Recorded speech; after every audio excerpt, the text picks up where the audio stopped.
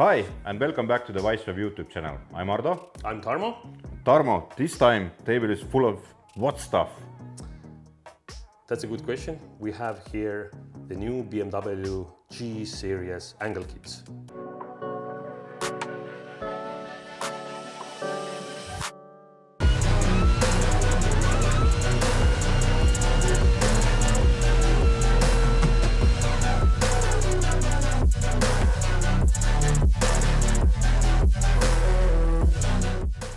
So, this is gonna be a bit awkward, I would say. If you see us doing mistakes by talking about G-series, second series, third series, fourth series, or G-chassis, then comment down below where we made the mistakes by saying the wrong words about chassis or series. And then we can do freestyle then, because we don't know, to be honest. Yeah, I mean, newer Beamers are really complicated.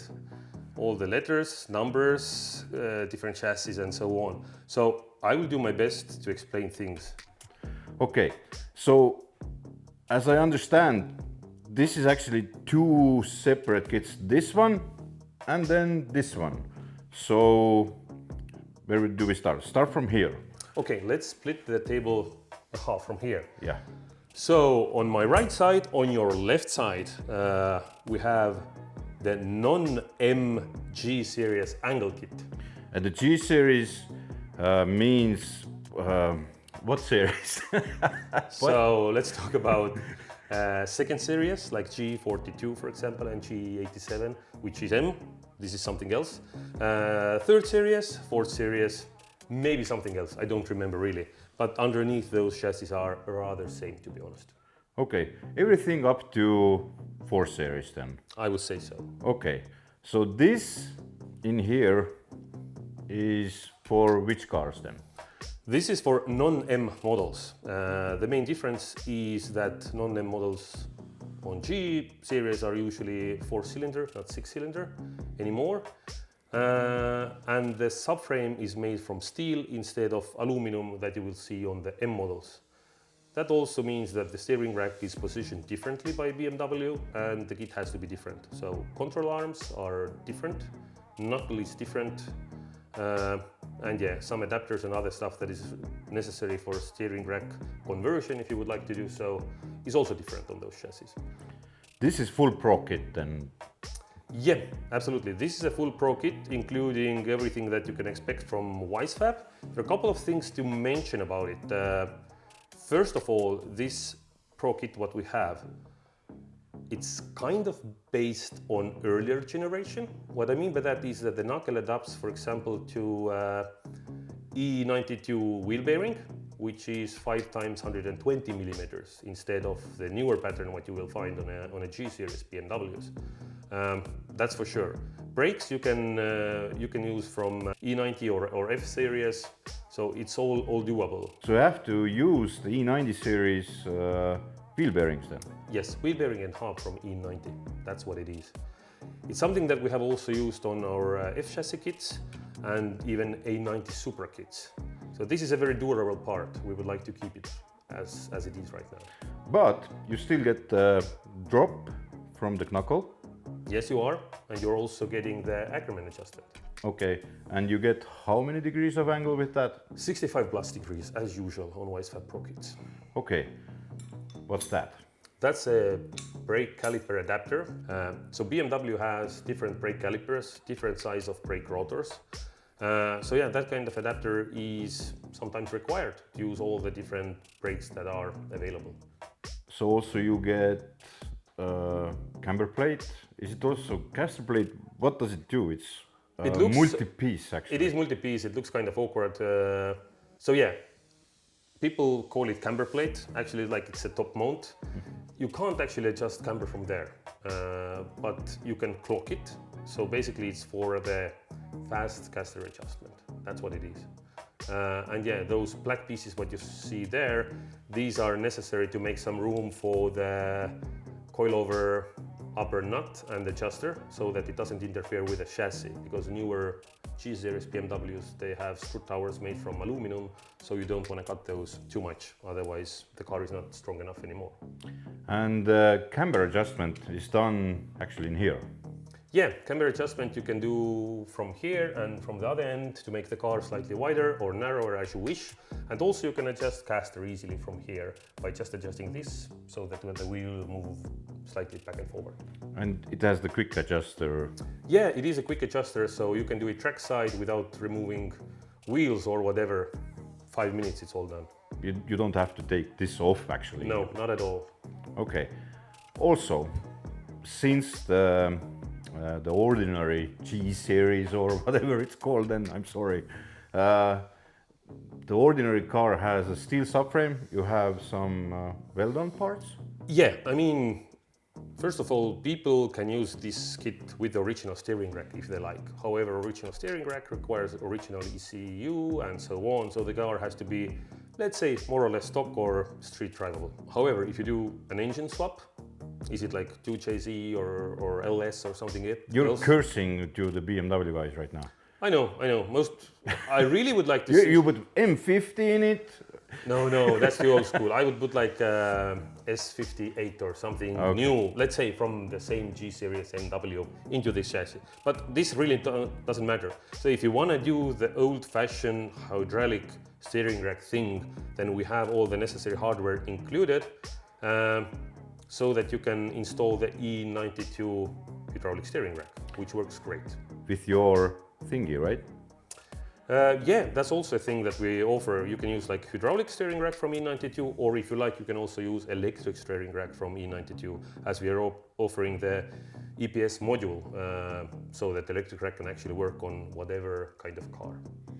Okay, if you use the stock setup that you have in your car, does it limit the lock somehow, or is it the same?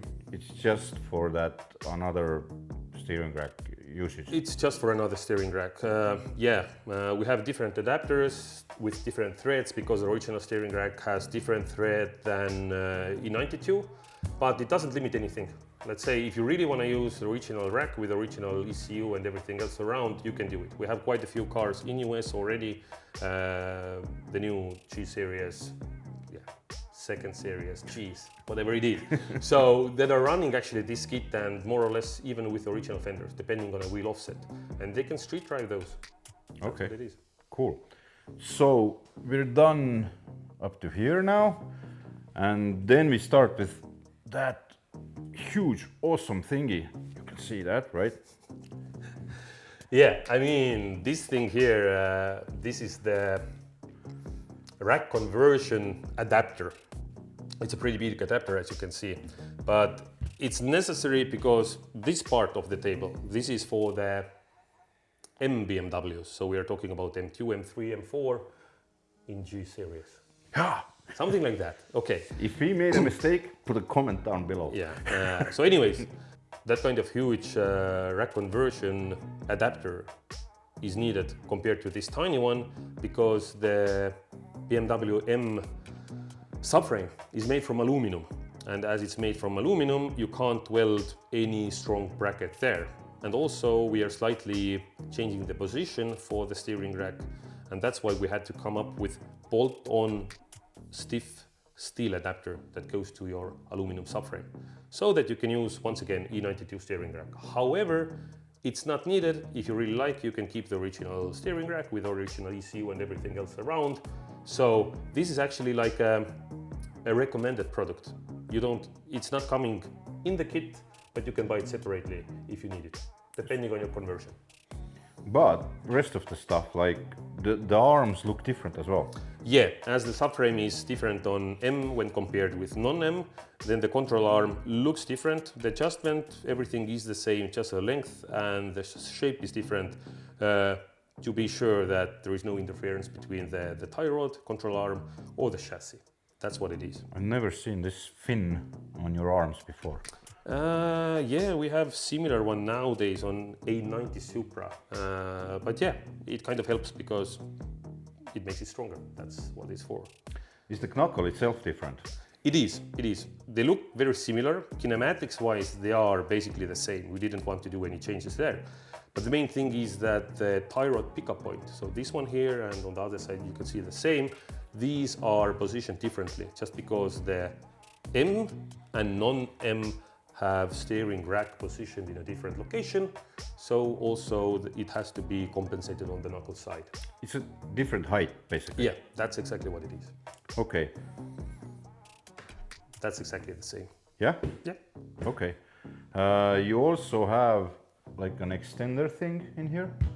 So Yeah. it's offset. It is. E90 steering rack is slightly offset to be sure that there is enough room for the steering column, to the engine and so on. Also the rack length when it comes to G and when it comes to earlier generations is slightly different. So yeah, the length is different. It has been relocated or offset by us. So you will add longer adapter to one end, shorter to another end, just to make sure that it works as it should. Overall, we have been seeing over this summer actually the G-series or whatever it's called, and the M2s and so on showing up to the drift events nowadays. Yeah, I can't say out at least today all the names, but there are at least handful of pro cars built around the world that should be ready at least for 2026 drift season. Some of them will show up or appear to different events already at the end of this year. So I'm kind of surprised to see so many of those brand new chassis coming in. What do the engineers think? Do those bodies have, like chassis have potential? Yeah, especially I would say the second series like G42, the second series coupe, and G87, which is the M, the same second series coupe. Those are rather lightweight, not too big, very similar to E92 I would say. And yeah, I truly believe those can be competitive drift cars. Our engineers have been out testing together with some pro drivers here in Europe, and with quite a bit of great success. Also, side mark, we also offer rear kits for both M and non-M chassis. So you can have the full solution from us to build a proper pro-level drift car. Okay, thank you. And for more content like this, please subscribe to our channel and come back next time. Bye. Bye.